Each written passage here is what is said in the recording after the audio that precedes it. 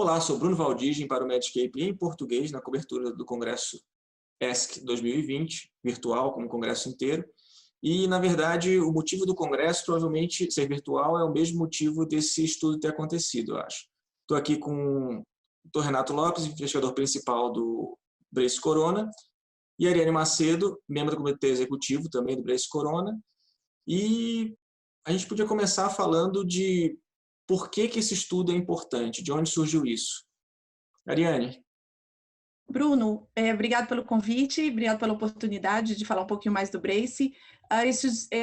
O estudo surgiu quando, em meados de março, vieram as primeiras publicações vindas da China, mostrando que, dentre os pacientes de maior risco para a COVID, de ter uma evolução ruim, os pacientes hipertensos, eles constituíam um percentual grande desses pacientes que tinham ou internação ou uma evolução desfavorável, e dentro desses pacientes, de um relato da China inicial, mostrou que os pacientes que usavam inibidores da ECA ou bloqueadores do receptor de angiotensina tinham ainda um prognóstico pior.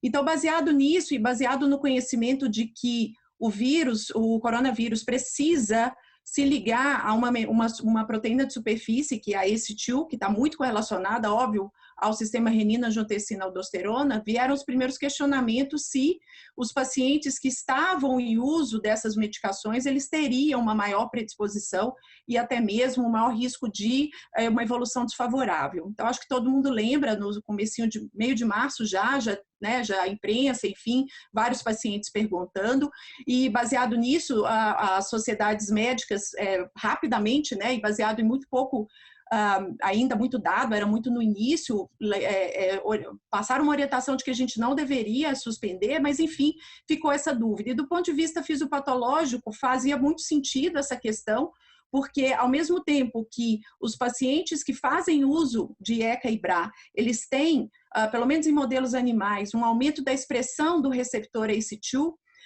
também fazendo com que talvez esses pacientes tivessem realmente uma evolução pior ou uma maior carga viral ou até uma maior capacidade de evoluir para uma doença ruim, havia também um efeito, talvez um efeito protetor.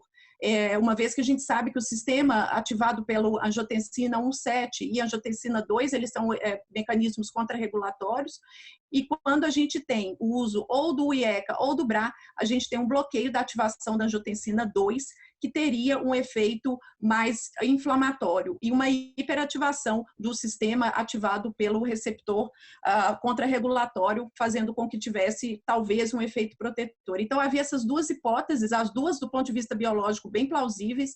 Então, apesar de vários estudos que foram observacionais rapidamente liberados após o início da pandemia, com resultados muito controversos, alguns falando a favor de um efeito protetor, a maioria neutro, e alguns até mostrando um certo malefício, mas tudo em base observacional. Então, do ponto de vista de desenho de estudo clínico, fazia todo sentido, já que a gente tinha duas hipóteses do ponto de vista biológico muito plausíveis.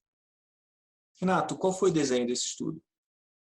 Como é que vocês chegaram nisso? Bom, Bruno, como a Mariane bem definiu e resumiu o background, baseado em tudo que ela falou, a gente sentiu que existia um real equipoise, ou seja, um equilíbrio entre essas duas hipóteses biológicas, essas plausibilidades biológicas, e a gente precisava saber da verdade, porque, infelizmente, até então os dados eram só observacionais, e, portanto, existia a necessidade de um ensaio randomizado, onde a gente estudaria pacientes com COVID positivo e em uso de inibidor de ECA e de BRA, e a gente randomizaria esses doentes para parar o inibidor ECA e BRA ou continuar o inibidor ECA e BRA, por pelo menos 30 dias, que foi o que a gente sugeriu, o que a gente julgou ser importante. Então, aí tem alguns aspectos interessantes, Bruno.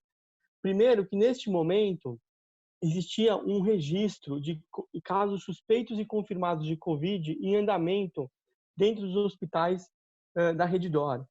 Então, nesse momento, a gente teve a ideia de fazer pela primeira vez no Brasil um ensaio híbrido, ou seja, randomizar dentro de um registro que já estava em andamento.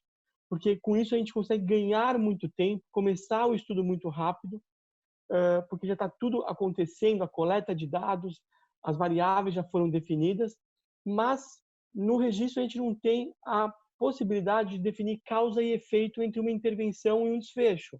E aí que vem o poder da randomização. Então, se a gente insere a randomização dentro de um registro, a gente tem o melhor dos dois mundos. A gente tem os dados que já estão sendo coletados, a rapidez de começar o estudo e mais o poder de definir uma relação de causa e efeito. Então, essa foi a primeira ideia que foi inédita, porque foi a primeira vez realizada no Brasil, esse sistema híbrido. Então, com isso em mente, o que a gente fez? Nós randomizamos os pacientes para parar os inibidores de ECA ou BRA por 30 dias ou continuar como era, na verdade, o standard of care. Nesse momento, os pacientes tinham que estar realmente usando o inibidor de ECA e BRA cronicamente, tá certo? E tinham que ter a confirmação de um COVID, de um teste de COVID. Ou seja, não podia ser o caso suspeito, a gente queria realmente pacientes com COVID positivo.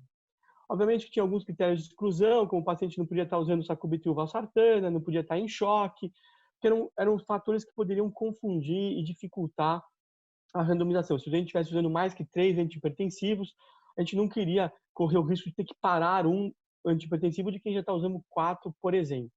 Então, esses eram os critérios de exclusão, mas fundamentalmente um trial bem pragmático. A gente conseguiu randomizar aí 659 pacientes, o que hoje nos torna não só o primeiro estudo randomizado, mas o maior até então.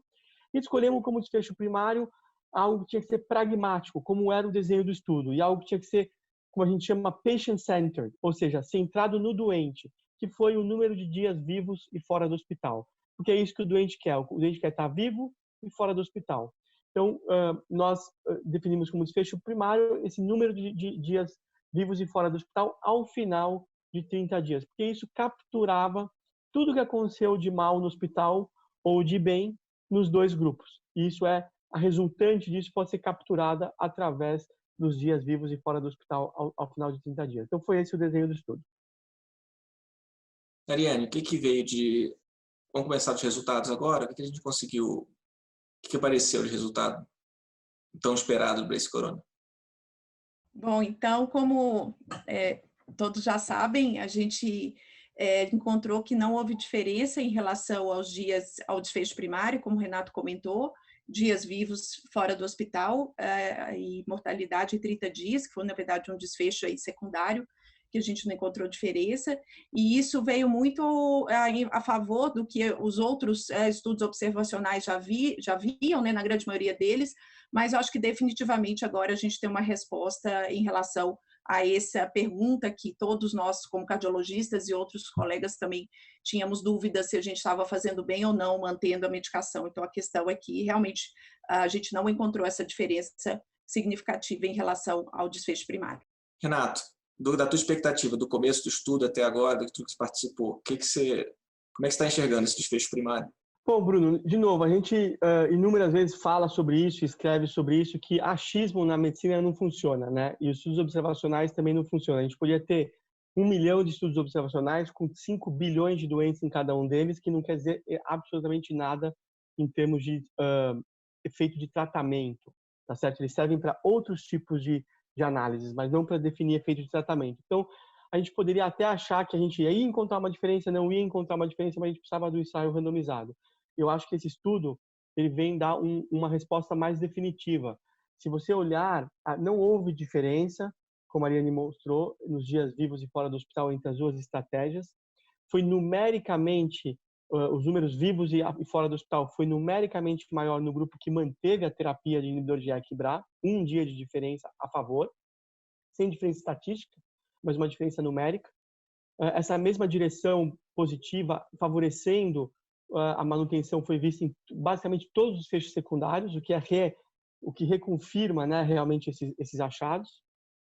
E quando a gente calcula o poder do estudo, que não é algo que a gente costuma fazer, porque tem uma série de limitações, mas é interessante a gente ter esse dado para saber se a gente teve realmente um poder adequado para excluir uma diferença. O poder do estudo chegou perto de 95% no final do estudo. Então, assim, realmente, com um grau de certeza bastante grande, através de um desenho randomizado, a gente consegue ter certeza que não há motivo para parar essas medicações, a não ser que o doente tenha uma indicação outra, que não o COVID, para que essas medicações sejam suspensas.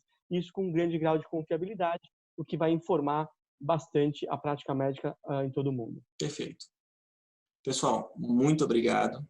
Ariane, obrigado. Renato, obrigado por estarem aqui e por esse serviço que vocês prestaram. Isso é uma dúvida que, na verdade, atormenta todo mundo há pelo menos uns 6 meses, então agora já está claro que como é que a gente pode se guiar. Muito bom. Obrigada. Obrigado.